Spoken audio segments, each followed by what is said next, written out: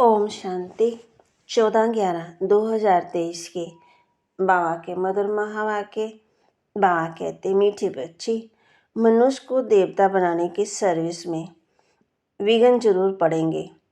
तुम्हें तकलीफ सहन करके भी इस सर्विस पर तत्पर रहना है, रहमदिल बनना है। मनुष्य को देवता बनाने की सर्विस में विघ्न जरूर पड़ेंगे। तुम्हें तकलीफ सहन करके भी इस सर्विस पर तत्पर रहना है, रहमदिल बनना है। प्रश्न, जिसे अंतिम जन्म की स्मृति रहती है उसकी निशानी क्या होगी? जिसे अंतिम जन्म की स्मृति रहती है उसकी निशानी क्या होगी? उत्तर, उनकी बुद्धि में रहेगा कि अब इस दुनिया में दूसरा जन्म हमें नहीं लेना है और ना तो दूसरों को जन्म देना है। ये पाप आत्माओं की दुनिया है, इसकी वृद्धि अब नहीं चाहिए, इसे विनाश होना है। हम इस पुराने वस्त्रों को उतार अपने घर जाएंगे। अब नाटक पूरा हुआ। गीत, नई उम्र की कलियां हम। ओम शांति। बाप बैठ बच्चों को समझाते हैं कि तुम बच्चों को हर एक की ज्योति जगानी है, ये तुम्हारी बुद्धि में है। बाप को भी बेहद का ख्याल रहता है कि जो भी मनुष्य है उनको मुक्ति का रास्ता बताए। बाप आते ही हैं बच्चों की सर्विस करने, दुख से लिबरेट करने। मनुष्य समझते नहीं है कि ये दुख है तो सुख का भी कोई स्थान है, ये जानते नहीं। शास्त्रों में सुख के स्थान को भी दुख का स्थान बना दिया है। अब बाप है रहमदिल। मनुष्य तो ये भी नहीं जानते कि हम दुखी हैं, क्योंकि सुख का और सुख देने वाले का पता ही नहीं है। ये भी ड्रामा की भावी है। सुख किसको कहते हैं, दुख किसको कहते हैं, ये जानते नहीं। ईश्वर के लिए कह देते हैं कि वही सुख दुख देते हैं, गोया उस पर कलंक लगाते हैं। ईश्वर जिसको बाप कहते हैं उनको जानते ही नहीं। बाप कहते हैं कि मैं बच्चों को सुख ही देता हूँ, तुम अब जानते हो। बाबा आया है पतितों को पावन बनाने। कहते हैं मैं सबको ले जाऊंगा स्वीट होम। वह स्वीट होम भी पावन है, वहाँ कोई पतित आत्मा रहती नहीं है। उस ठिकाने को कोई जानते नहीं। कहते हैं कि फलाना पार निर्वाण गया, परंतु समझते नहीं। बुद्ध पार निर्वाण गया तो जरूर वहाँ का रहने वाला था, वहाँ ही गया। अच्छा, वह तो गया, बाकी दूसरे कैसे जाए? साथ तो कोई लेके जाता नहीं गया ना। वास्तव में वे जाते नहीं, इसलिए सब पतित पावन बाप को याद करते हैं। पावन दुनिया दो है, एक मुक्ति धाम, दूसरा जीवन मुक्ति धाम। शिवपुरी और विष्णुपुरी, यह है रावणपुरी। परमपिता परमात्मा को राम भी कहते, राम राज्य कहा जाता है, तो बुद्धि परमात्मा की तरफ चली जाती है। मनुष्य को तो सब परमात्मा मानेंगे नहीं, तो तुमको तरस पड़ता है, तकलीफ तो सहन करनी पड़े। बाबा कहते हैं, मीठे बच्चे, मनुष्य को देवता बनाने में इस ज्ञान यज्ञ में विघ्न बहुत ही पड़ेंगे। गीता के भगवान ने गाली खाई थी ना, गालियाँ उनको भी और तुमको भी मिलती है। कहते हैं ना कि इसने शायद चौथ का चंद्रमा देखा होगा। तो बाप कहते ये सब कथाएं, दुनिया में कितनी गंदगी है। मनुष्य क्या क्या खाते हैं, जानवरों को मारते हैं, क्या क्या करते हैं। बाप आकर इन सब बातों से छुड़ा देते हैं। दुनिया में मारामारी कितनी है, तुम्हारे लिए बाप कितना सहज कर देते हैं। बाप कहते हैं कि तुम सिर्फ मुझे याद करो तो विकार विनाश हो जाएंगे। सबको एक ही बात समझाओ। बाप कहते हैं अपने शांतिधाम और सुखधाम को याद करो, तुम असल वहाँ के रहवासी हो। सन्यासी लोग भी वहाँ के लिए ही रास्ता बताते हैं। अगर एक निर्वाण धाम चला गया तो फिर दूसरे को कैसे ले जाएगा? उनको कौन ले जाएगा? समझो, बुद्ध निर्वाण धाम में गया, उनके बोधि तो यहाँ बैठे हैं, उनको वापस ले जाए ना। गाते भी हैं पैगंबर, सबकी रूह यहाँ है, यानी किसी न किसी शरीर में है, फिर भी महिमा गाते हैं। अच्छा, धर्म स्थापन करके गए, फिर क्या हुआ? मुक्ति में जाने के लिए मनुष्य कितना माथा मारते हैं। उसने तो ये जप तप तीर्थ आदि नहीं सिखाया। बाप कहते हैं मैं आता ही हूँ सबकी गति सदगति करने, सबको ले जाता हूँ। सतयुग में जीवन मुक्त एक ही धर्म है, बाकी सब आत्माओं को वापस ले जाते हैं। तुम जानते हो बाबा है बागवान, हम सब माली हैं। मम्मा बाबा और सब बच्चे माली बन बीज बोते रहते हैं। कलम लग निकलती है, फिर माया के तूफान लग पड़ते हैं।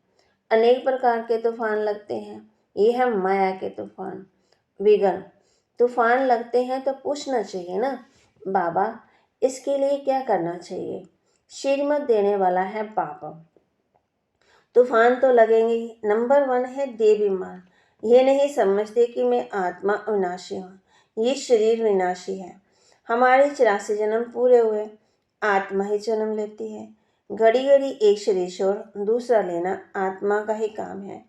अब बाप कहते हैं तुम्हारा ये अंतिम जन्म है, इस दुनिया में दूसरा जन्म नहीं लेना है, ना किसी को देना है।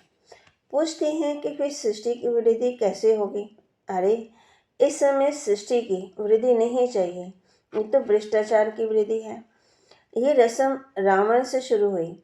दुनिया को भ्रष्टाचारी बनाने वाला रावण ठहरा, श्रेष्ठाचारी राम बनाते हैं। इसमें भी तुमको कितनी मेहनत करनी पड़ती है। घड़ी घड़ी देव विमान में आ जाते, अगर देव विमान में ना आए तो अपने को आत्मा समझे। सतयुग में भी अपने को आत्मा तो समझती है ना। जानते हैं अभी ये हमारा शरीर वृद्ध हुआ, इनको छोड़कर नया लेंगे। यहाँ तो आत्मा का भी ज्ञान नहीं, अपने को देह समझ बैठे। इस दुनिया में जाने की दिल उनकी होती जो दुखी होते हैं, वहाँ है ही सुख। बाकी आत्मा का ज्ञान वहाँ रहता है। एक शरीर छोड़ दूसरा लेते हैं, इसलिए दुख नहीं होता। वह सुख की प्रारंभ यहाँ भी आत्मा को कहते हैं। फिर बोल कोई आत्मा सो परमात्मा कह देते। आत्मा ये तो ज्ञान है ना, परंतु ये नहीं जानते कि हम इस पाठ से वापस जा नहीं सकते। एक शरीर छोड़ फिर दूसरा लेना जरूर है। जन्म तो सब मानेंगे, तो कर्म तो सब कूटते हैं ना। माया के राज्य में कर्म विकर्म ही बनते हैं, तो कर्म कूटते रहते हैं। वहाँ ऐसे कर्म नहीं जो कूटने पड़े। अब तुम समझते हो कि वापस जाना है, विनाश तो होना ही है। ये जो बम बना रहे हैं, ट्रायल कर रहे हैं, गुस्से में आकर फिर ठोक देंगे। ये पावरफुल बम है। गायन भी है यूरोपवासी यादव, बल हम सब धर्म वालों को यूरोपवासी ही कहेंगे। भारत है एक तरफ, बाकी उन सबको मिला दिया है। अपने खंड के लिए उनको प्यार तो बहुत है, बहुत भावी ऐसी है तो क्या करेंगे। ताकत सारी तुमको बाबा दे रहे हैं, योग बल से तुम राज्य ले लेते हो। तुमको कोई भी तकलीफ नहीं देते। सिर्फ बाप कहते हैं मुझे याद करो, देवी मान छोड़ो। कहते हैं कि मैं राम को याद करता हूँ, श्री कृष्ण को याद करता हूँ, तो वे अपने को आत्मा थोड़ी समझते हैं। आत्मा समझते तो आत्मा के बाप को क्यों नहीं याद करते? बाप कहते मुझ परमपिता परमात्मा को याद करो। तुम जीव आत्मा को क्यों याद करते हो? तुमको देही अभिमानी बनना है। मैं आत्मा हूँ, बाप को याद करता हूँ। बाबा ने फरमान दिया है, याद करने से भी कर्म विनाश होंगे और वर्षा भी बुद्धि में आ जाएगा। बाप और जायदाद अर्थात मुक्ति और जीवन मुक्ति, उसके लिए धक्के खाते रहते हैं, यज्ञ तप आदि करते रहते हैं। पो से भी आशीर्वाद लेने जाते हैं। यहाँ बाप सिर्फ कहते हैं कि देव मान छोड़ो, अपने को आत्मा निश्चय करो। ये नाटक पूरा हुआ, हमारे 84 जन्म पूरे हुए, अब जाना है। कितना सहज कर समझाते हैं। गृहस्थवार में रहते बुद्धि में ये रखो, जैसे नाटक पूरा होने पर होता है तो समझते हैं कि अभी 15 मिनट है, अभी ये सीन पूरी होगी। एक्टर समझते हैं कि हम ये कपड़ा उतार घर को जाएंगे, अभी सबको वापस जाना है। ऐसी ऐसी बातें अपने से करनी चाहिए। कितना समय हमने दुख सुख का पाठ बजाया, ये जानते हैं। अब भी बाप कहते हैं कि मुझे याद करो, दुनिया में क्या क्या हो रहा है, इन सब को भूल जाओ। ये सब खत्म हो जाने वाले हैं और वापस जाना है। वह समझते हैं कि कलयुग अभी 40,000 वर्ष पड़ेगा। इसको घोर अंधियारा कहा जाता है। बाप का परिचय नहीं, ज्ञान माना बाप का परिचय, अज्ञान माना नो परिचय, तो गोया घोर अंधियारे में है। अभी तुम घोर सोच रहे में हो, नंबरवार पुरुषार्थ अनुसार। अब रात पूरी होने वाली है, अब वापस जाते हैं। आज ब्रह्मा की रात, कल ब्रह्मा का दिन होगा। बदलने में टाइम तो लगेगा ना, तुम जानते हो। अब हम मृत्यु लोक में हैं, कल अमर लोक में होंगे। पहले तो वापस जाना होगा। ऐसे ही 84 जन्मों का चक्कर फिरता है, फिर फिरना बंद नहीं होगा। बाबा कहते हैं, तुम कितनी बार मेरे से मिले हो? बच्चे कहते हैं, अनेक बार मिले हैं। तुम्हारे 84 जन्मों का चक्कर पूरा होता है तो सबका हो जाएगा। इसको कहा जाता है ज्ञान। ज्ञान देने वाला है ही ज्ञान सागर, परम पिता परमात्मा, पतित पावन। तुम पूछ सकते हो कि पतित पावन किसको कहा जाता है? भगवान तो निराकार को कहा जाता है। फिर रघुपति राघव राजा राम क्यों कहते हो? आत्मा का बाप तो वह निराकार है। समझाने की बड़ी ही युक्ति चाहिए। दिन प्रतिदिन तुम्हारी उन्नति होती रहेगी, क्योंकि ज्ञान बहुत गुहे मिलता है। समझाने के लिए सिर्फ अलग की बात है। अलग को भूले तो आफरण बन गए, दुखी होते रहते हैं। एक द्वारा एक को जानने से तुम 21 जन्म सुखी हो जाते हो। यह है ज्ञान, वह है अज्ञान। जो कह देते हैं परमात्मा सर्वव्यापी है, अरे वह तो बाप है। बाप कहते तुम्हारे अंदर भूत सर्वव्यापी है, 5 विकार रूपी रावण सर्वव्यापी है। ये बातें समझानी पड़ती है। हम ईश्वर की गोद में हैं, ये बड़ा भारी नशा होना चाहिए। फिर भविष्य में देवता गोद में जाएंगे, वहाँ तो सदा सुख है। शिव बाबा ने हमको अडॉप्ट किया है, उनको याद करना है, अपना भी और दूसरों का भी कल्याण करना है, तो राजाई मिलेगी। ये समझने की बड़ी अच्छी बात है। शिव बाबा है निराकार, हम आत्मा भी निराकार है। वहाँ हम अशरीरी आए थे, अशरीरी होकर जाना है। बाबा तो सदा अशरीरी है। बाबा कभी शरीर रूपी कपड़ा पहन जन्म नहीं लेते। तो पहले पहले ब्राह्मण रचते तो उनको अपना बनाकर फिर नाम रखना पड़े। ब्रह्मा नहीं तो ब्राह्मण कहाँ से आए? तो ये वही है जिसने पूरे 84 जन्म लिए। गोरा जो फिर सांवरा बना, सुंदर से श्याम, शाम से सुंदर बनता। भारत का ही ये श्याम सुंदर नाम रखते हैं। भारत को ही श्याम, भारत को ही गोल्डन एज सुंदर कहते हैं।